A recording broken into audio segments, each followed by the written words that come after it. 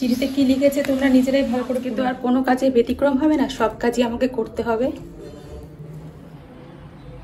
ঠাকুর ঘরের সবাই আছে কিন্তু একজন যেহেতু নেই, আর সব থেকে আমার কাছের মানে সবার প্রথম সে এসেছিল আর সে এখন ঘরে নেই।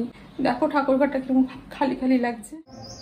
তো এই যে একটা চিঠি, এটা লিখে রেখে গেছে, আর এই চিঠিটা আমি পড়েছি, আমি এভাবে যাবার রেখেছি, এভাবে রেখে দিয়ে গেছিলো, ঠিক আছে। বাসিটাকে রেখে দিয়ে গেছে, বাসি নেয়নি, এখানে গোমাতাও রয়েছে, তো এভাবেই দেখো রেখে দিয়ে গেছে। তো চিঠির মধ্যে কি লিখেছে সেটা তোমাদেরকে আমি দেখাচ্ছি।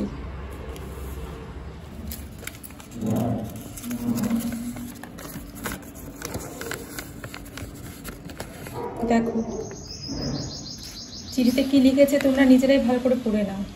দেখো কি লিখেছে।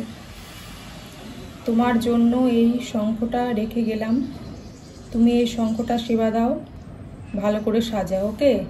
আর যদি তাও না পারো তাহলে যা করার করে নাও। আমি দুরকমভাবে লিখে গেছি। দেখো কত সুন্দর করে আমি খাটটাকে সাজিয়ে রাখি। দেখো মিষ্টি সোনা এখানে নেই, সব কিছুই আছে, দেখো সবাই আছে। এবারে যেটা হলো ঘটনা তোমাদেরকে বলছি, যে মিষ্টি সোনাকে তো আমি সেবা দিই, বিভিন্ন ভিডিও করি, ভিডিওগুলো তোমাদের সাথে শেয়ার করি, তোমরা দেখো। আর এই যে একটা ঘটনা এটা ঘটেছে, এটা বাইরের কেউ নয়, এটা ঘরের থেকেই হয়েছে। মানে ঘরে আনাগোনা আছে এমন মানুষ, এরকম তো ঘটনা আমার জীবনে ঘটেছে। তোমাদেরকে এর আগে ভিডিও করেছিলাম, সেই ভিডিও আমি আনলিস্টেড করে দিয়েছি, কিন্তু পাবলিক যারা হয়েছিল, যারা যারা দেখেছিল, পাবলিক যখন হয়েছিল একটা ঘটনা ঘটেছিল। এবং আমার এই যে একটা ব্যাপার এটা চলছে, আমার ইউটিউব চ্যানেল তো শুরু হয়েছিল একটা ব্যাপার, ইউটিউব চ্যানেল ভাইরাল হয়েছিল। কারণ ভাইরাল সবার ভিডিও হয় না, সব চ্যানেল হয় না, প্রচুর খাটনি করেও আজকের ডেটে কারোর ভিডিও ভাইরাল হতে যায় না। প্রচুর চেষ্টা মানুষ করে চলেছে, কিন্তু আমার ভিডিও খুব সহজেই ভাইরাল হয়েছিল, এমনকি ঘরে বসে। সবকিছু আমার হয়েছে ঘরে বসে, বাইরে থেকে আমার কোনো কিছু হয়নি। তাই আমি খুব সহজেই আমার গোপাল পরিচিতি পেয়েছে, এবং গোপালের থ্রু তোমরা আমাকেও চিনেছো, এই একটা ব্যাপার। এটা মানুষের অনেকের মনে একটা হিংসার কারণ হয়ে দাঁড়ায়।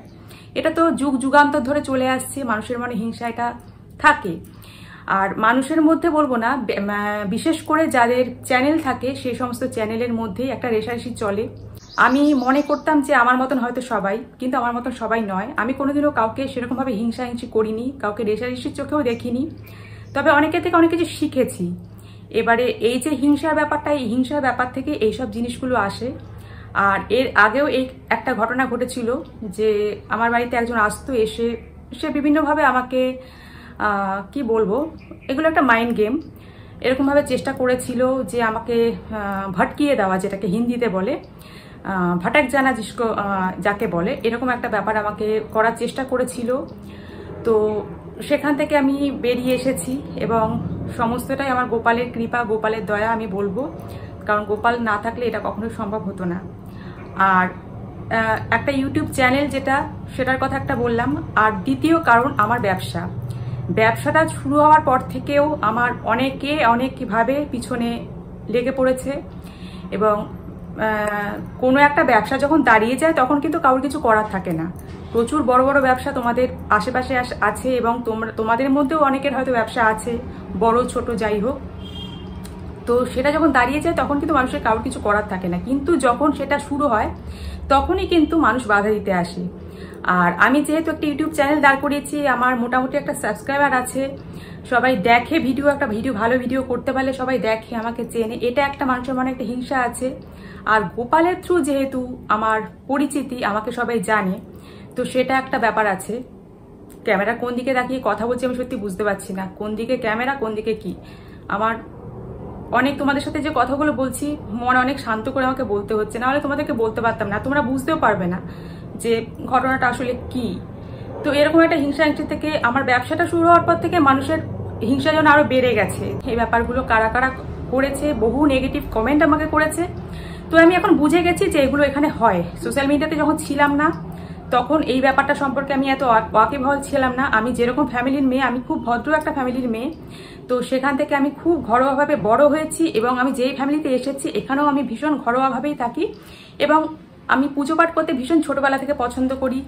গোপালকে দেখতাম, অনেকের বাড়িতে গোপাল আছে, ছোটবেলায় দেখতাম, বেশ ভালো লাগতো, সবাই সাজিয়ে গুছিয়ে রাখে এবং ঠাকুরদেরকে সাজিয়ে গুছিয়ে রাখা ওটা আমার খুব ভালো লাগে, ওটা আমার প্যাশন যেটাকে বলে সেটা আমার ভালো লাগে। এবং সেখান থেকে একটা এই চ্যানেলটা আমার, তখন আমি যখন চ্যানেল শুরু করেছি তখন কিন্তু আমার ঠাকুর ঘরে এত কেউ ছিল না, গোপালই শুধু ছিল এবং সেই সময় থেকেই কিন্তু আমার চ্যানেল, তোমরা আমাকে চেনো, গোপাল থেকেই ব্যাপারটা শুরু হয়েছে এই আর কি। তো তারপরে সবাইকে আমি এনেছি, সবাইকে সাজিয়েছি গুছিয়েছি এবং যেরকম হয় মানুষের, দেখবে যত দিন যায় মানুষের সবকিছু কিন্তু বাড়ে, সবকিছু বাড়তে থাকে। বাড়ি, মানুষের ছোট্ট বাড়ি থেকে শুরু করে আস্তে আস্তে তার বাড়ি বড় হয়। তার জামা কাপড় যদি দুটো থাকে 10 বছর পর সেই জামা কাপড় 50টা হয়ে যায়। যে কোনো কিছু কিন্তু বড় হয় এবং সেটা আমাদের ভালো লাগার থেকে হয়, যাই হোক যেভাবে হোক হয়। তো সেখান থেকেই বলছি যে একটা হিংসা ব্যাপার একটা রয়ে গেছে। আমি আমার চ্যানেলটা বড়, আমার একটা ব্যবসা শুরু করেছি, সেখানেও বাধা দেওয়ার প্রচুর চেষ্টা করে চলেছে মানুষ।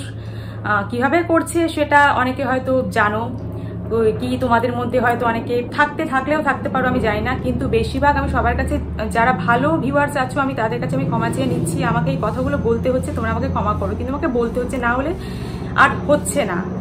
তো বাড়িতে যাতায়াত আছে এরকম একজন আমার পরিচিত, ভালো পরিচিত, আর যে কোনো মানুষ দেখবে চট করে কিন্তু বিশ্বাস না জুগিয়ে সে কিন্তু কারোর কোনোদিনও ক্ষতি করতে পারে না।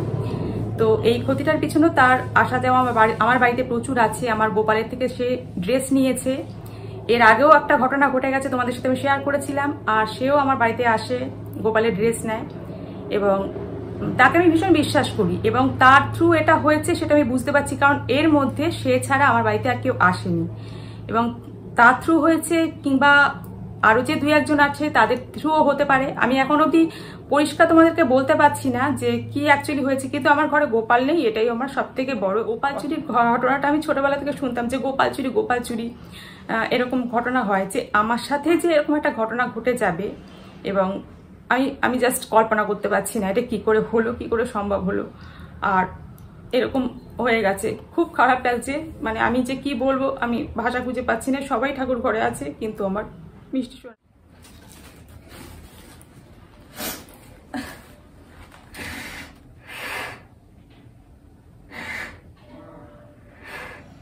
আজকের পুজোর ফুল রয়েছে এখানে, তো সবকিছু এখানে গুছিয়ে রেখে দিলাম।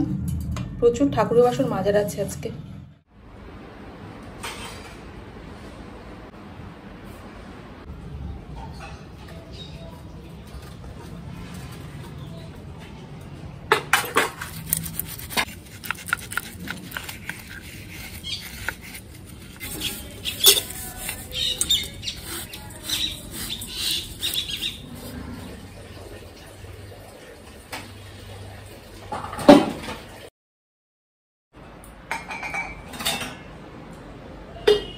ঠাকুরের বাসনগুলো সব মেজে এনেছি, এখন এগুলোকে সব উপর করে রাখছি জল ঝরার জন্য, তারপরে পুজোটাও দিয়ে নেব।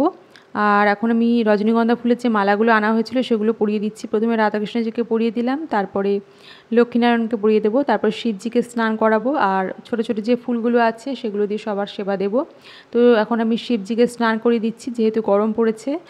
আর মাথার উপর দিয়ে দিলাম বেলপাতা এবং একটি গাঁদা ফুল, আর আকন্দ ফুলের মালা নয়, রজনীগন্ধা ফুলের মালাই আমি পরিয়ে দিলাম। তো যখন যেরকমভাবে আমি পারি সেরকমভাবে সেবা দিই। আর মিষ্টি সোনা এখানে নেই, মিষ্টি সোনার জায়গায় গোমাতাকে বসিয়ে দিয়েছি এখন দেখো, আর ফুল নিবেদন করছি এভাবে। আর কি করব বলো, এরকম করেই আমাকে এখন আপাতত করতে হবে। তো তুলসী পাতা নিবেদন করলাম, আর এখন ভোগের থালা সাজিয়ে নিয়েছি, ভোগটাকেও নিবেদন করছি। তো সত্যি খুব খারাপ লাগছে, ঠাকুর ঘরটা একদম খালি খালি লাগছে, খুব খারাপ লাগছে। আর এখন আমি যেভাবে পুজো করি প্রতিদিন সেভাবেই পুজো করে নিলাম। এই দেখো,